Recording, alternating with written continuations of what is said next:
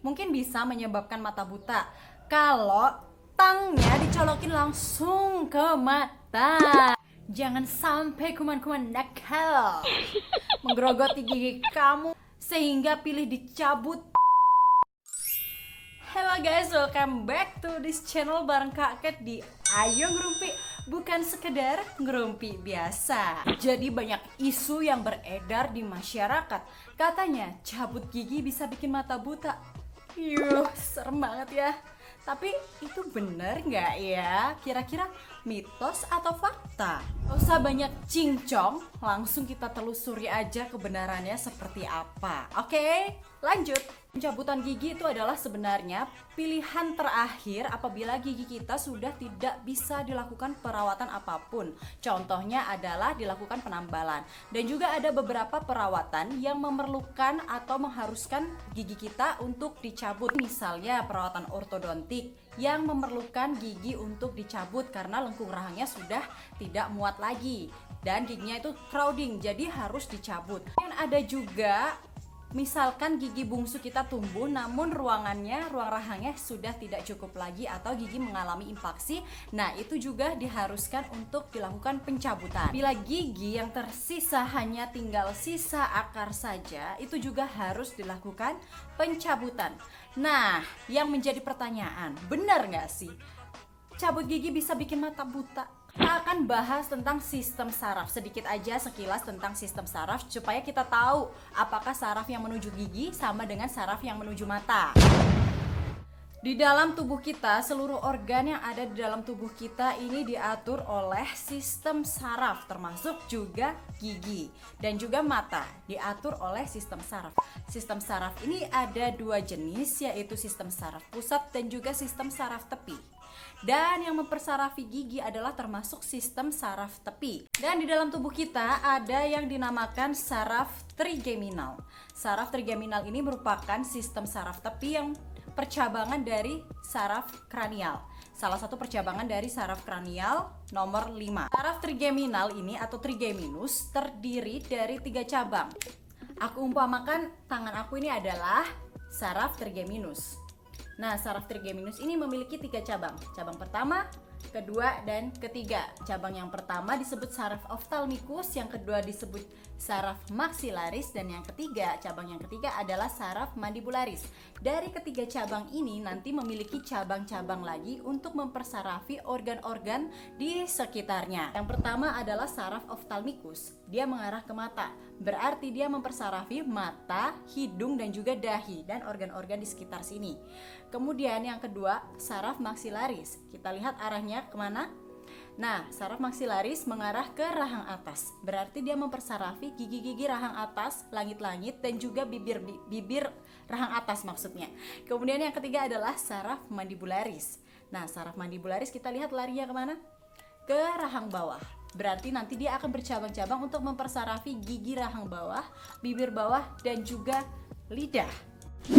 Kita udah belajar sekilas tentang sistem saraf dan kita tahu percabangan saraf yang ke mata dan juga ke gigi itu berbeda jalur. Jadi isu yang mengatakan cabut gigi bisa bikin mata buta itu cuman mitos. Itu nggak benar sama sekali, guys. Jelas-jelas jalurnya beda kan? Cabut gigi di sini atau di sini, terus jalurnya mata ke sini.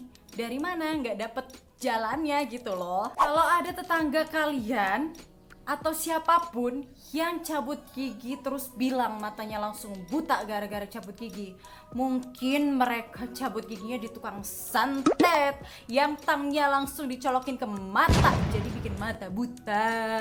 Serem. Dalam pencabutan gigi sendiri ada banyak faktor yang dipertimbangkan. Di antaranya misalkan memiliki darah tinggi atau hipertensi, dan juga diabetes mellitus dan juga penyakit jantung. Nah, kondisi ini sangat perlu diperhatikan dalam mencabut gigi. Bila kondisi gigi kita masih sakit dan gusinya masih bengkak, itu juga tidak dilakukan pencabutan gigi. Kadang banyak orang datang ke dokter gigi ataupun ke puskesmas bilang, aduh sakit gigi dok, pengen cabut gigi, tapi giginya nggak dicabut. itu mereka protes gini, aku udah datang jauh-jauh ke dokter gigi, udah datang ke puskesmas nggak dikasih nggak dicabut giginya padahal gigi aku sakit. Enggak gitu, nggak boleh nyabut gigi yang masih sakit atau gusinya yang masih bengkak, karena di situ sedang terjadi infeksi atau peradangan.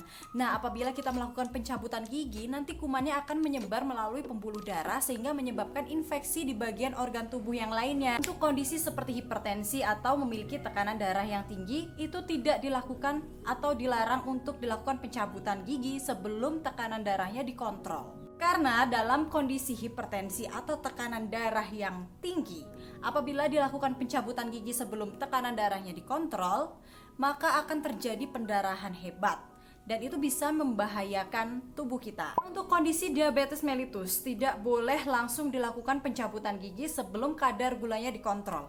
Karena kita tahu diabetes mellitus memiliki kadar gula yang tinggi di dalam darah. Jadi, apabila kadar gula itu tinggi, maka luka akan sulit sembuh. Ketika dilakukan pencabutan, dikhawatirkan terjadi infeksi pada bekas luka tersebut dan bisa menyebar melalui pembuluh darah ke seluruh tubuh.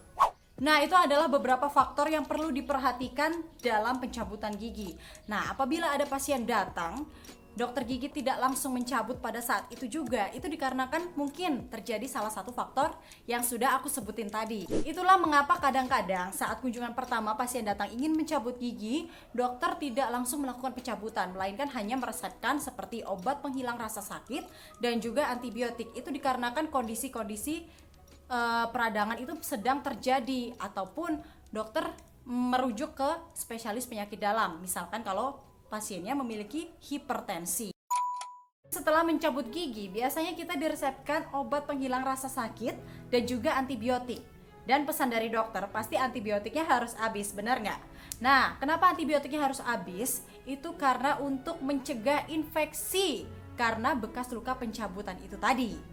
Tidak menutup kemungkinan akan terjadi infeksi-infeksi setelah pencabutan gigi. Tapi kalau infeksi gara-gara luka hati, aku nggak bisa ngobatin ya, mohon maaf. Nah, gimana? Udah paham kan? Jadi jangan termakan isu kalau cabut gigi itu bikin mata buta, karena itu nggak benar sama sekali. Kalau kalian takut cabut gigi, maka rajin-rajinlah jaga kesehatan gigi kalian supaya gigi kalian tuh nggak perlu dicabut ya. Oke? Jangan sampai kuman menggerogoti gigi kamu sehingga gigi kamu berlubang dan tidak bisa dilakukan perawatan apapun kecuali dicabut. Itu serem banget. Oke guys, itu tadi ya ngerumpi kita hari ini. Kalian jangan lupa subscribe supaya bisa terus ngerumpi bareng Kak Cat. Oke? Supaya Kak Cat bisa terus bagiin hasil rumpian-rumpian Kak Cat ke kalian semua. Dan jangan lupa share supaya tetangga-tetangga kalian, keluarga kalian, saudara-saudara kalian tidak termakan isu bahwa cabut gigi itu bisa bikin mata buta, karena itu hanyalah mitos belaka. Oke, thank you very much. See you di next ngerumpi. Bye-bye.